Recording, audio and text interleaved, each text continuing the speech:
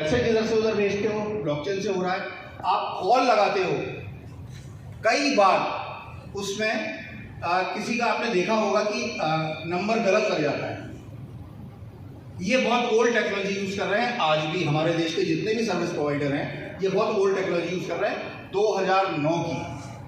अब आ गई है नई टेक्नोलॉजी। अब ये होता कैसे? मैंने आप में से किसी को मैसेज भेजा गुड मॉर्निंग। अब वो जब एक ब्लॉकचेन है, ये एल्गोरिथम है, अलग अलग ब्लॉक्स बने हुए 8। क्रिप्टो करेंसी में आप लोगों ने देखा होगा, जो लोग जानते हैं, इसमें पॉइंट के बाद 8 जीरो बने हैं, पॉइंट के बाद 12 जीरो बने हैं। ये क्या है? ये ब्लॉक्स हैं।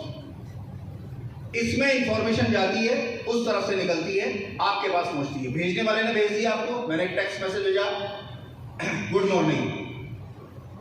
वो गुड मॉर्निंग आपके पास गुड मॉर्निंग के स्वरूप में नहीं पहुंचने वाला है। वो पहले ब्लॉक में एंटर होगी, उसमें हलंत, विसर्ग, इंटू, डिवाइड, माइनस, प्लस, इस लैंग्वेज में वो पहले वाले ब्लॉक में एंटर होगी। फिर उसमें जो उसका स्मार्ट कॉन्ट्रैक्ट है, यानी कि मिडिलमैन, मैं आपको कुछ भेज रहा हूँ, आप किसी और शहर में रहते हैं, मैंने आपको एक सामान भेजा, एक मिडिलमैन की मुझे आवश्यकता है। कोरियर वाला हो सकता है, ट्रांसपोर्टर हो सकता है, कोई भी एक व्यक्ति हो सकता है, वो मिडिलमैन है। या तो मैं डायरेक्टली आके आपको दूँ, लेकिन ये मैं अपने देश में, अपने शहर में तो कर सकता हूँ, ये मैं पूरे इंटरनेशनल लेवल पर नहीं कर सकता। उसके लिए इसका आविष्कार किया गया।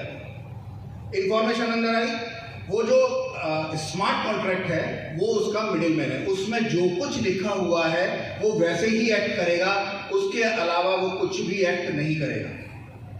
वो उस इंफॉर्मेशन की लैंग्वेज को चेंज करके, एक ही जगह इंटू डिवाइड का कोई साइन आ गया, ग्रीक लैंग्वेज का कोई एक साइन आ गया, किसी भी लैंग्वेज का, उड़िया का उठा लिया, पहले उसमें से जब वो दूसरे वाले ब्लॉक में एंटर करता है तब फिर अगेन उसकी लैंग्वेज चेंज हो जाती है। वो कौन से शब्द लिखे हैं आपको नहीं पता। इसी तरीके से वो 8 जगह चेक होता है और 9वीं जगह जब आपके पास पहुंचता है तो वो आपके पास पहुंचेगा गुड मॉर्निंग, उसी लैंग्वेज में जिस लैंग्वेज में मैंने लिखा। हिंदी में लिखूं, किसी और लैंग्वेज में लिखूं, उसी लैंग्वेज में आपके पास पहुंचने वाला है। Got my point? इतना समझ में आ गया कि यहां से इंफॉर्मेशन गई और जब वहां निकली तो वो सेम थी, लेकिन बीच में उसके बहुत सारे स्वरूप चेंज हो गए। ये है ब्लॉकचेन। अब ब्लॉकचेन एक्चुअली होता क्या है? 3-4 तरह की ब्लॉकचेन होती है, पर्सनलाइज्ड, नॉन पर्सनलाइज्ड और जनरल। ये सीए साहब बैठे हैं, इन्हें मालूम, ये एक तरीके का लेजर है। हम किसी का भी कोई लेन देन करते हैं तो उसको, सूचना को दर्ज करते हैं। वो क्या कहते हैं उसको? इनकमिंग विल बी क्रेडिटेड और आउटगोइंग विल बी डेबिटेड। आना और जाने की जो भी सूचना है उसको दर्ज किया जाता है। इस दर्ज करने को, अगर आपको इसको अपने लेजर पे या कैशबुक पे लिखना है तो आप पेन से लिखेंगे। जब आप ब्लॉकचेन में इस इंफॉर्मेशन को डालते हो तब वो इंफॉर्मेशन वेब स्पेस पर, जो आपने स्पेस लिया हुआ है उसमें ब्लॉकचेन के अंदर दर्ज होती है। उसे दूसरा, तीसरा, चौथा कोई व्यक्ति नहीं निकाल सकता। वो इतनी सिक्योर्ड होती है, आज तक ब्लॉकचेन को तोड़ा नहीं जा पाया है। सब हैकर सब कुछ कर सकते हैं, ब्लॉकचेन को हैक नहीं किया जा सकता। आज तक कोई ब्लॉकचेन हैक नहीं हुई। तो ये ब्लॉकचेन इन लोगों ने डेवलप करी। आइडिया बिहाइंड क्या था इनका काम है सोलर एनर्जी को प्रमोट करना। उसी के सप्लायर्स थे ये लोग। इन लोगों ने ग्रीन एनर्जी को प्रमोट करने के लिए वर्ल्ड वाइड सप्लायर्स थे, उसको प्रमोट करने के लिए इन लोगों ने, सोलर टेक्नो अलायंस ने, कॉइन का निर्माण किया कि हम अपना एक कॉइन, अपनी खुद की एक करेंसी यहां पर लॉन्च करें। काय के लिए? इनको अगर मान लीजिए अपने घर पे सोलर पैनल्स लगवाने, ये फियाट करेंसी यानी कि नोट में या डॉलर में या पॉन्ड में किसी भी चीज में पेमेंट नहीं कर पाएंगे। ये लॉन्च होने के बाद इनको पेमेंट चाहिए STM, इनकी क्रिप्टो करेंसी। क्रिप्टोग्राफी समझ में आ गई? एल्गोरिथम है, कंप्यूटर एल्गोरिथम है। उसमें जो एल्गोरिथम डाल दिया गया वो वैसा ही काम करेगा। उसमें किसी भी प्रकार के फ्लॉज का सवाल नहीं उठता, हो ही नहीं सकता। कंप्यूटर के पास अपना कोई दिमाग नहीं है, उसको जो सूचना आपने दे दी, जो इंफॉर्मेशन दे दी, वो उसी पे एक्ट कर रहा है। तो ये इन्होंने कॉइन बनाया STA के नाम से, टू प्रमोट अपने खुद के जो इनके प्रोडक्ट थे उसको प्रमोट करने के लिए। आप हमसे खरीदेंगे, जो भी लोग इनसे खरीद रहे हैं 1985 से, आप बोलो इनको पेमेंट कर रहा है STA। और बाइनेंस पे जाएंगे या किसी भी एक्सचेंज जाएंगे, एक्सचेंज से उसको कन्वर्ट करेंगे डॉलर को, कन्वर्शन होगा एसटीए में और वो पेमेंट उनके पास पहुंचेगा एसटीए में। थॉट बिहाइंड क्या है, मैंने अपने ही प्रोडक्ट के लिए अपनी ही एक करेंसी बना ली, अब आप उसी करेंसी में मेरे साथ डील करोगे।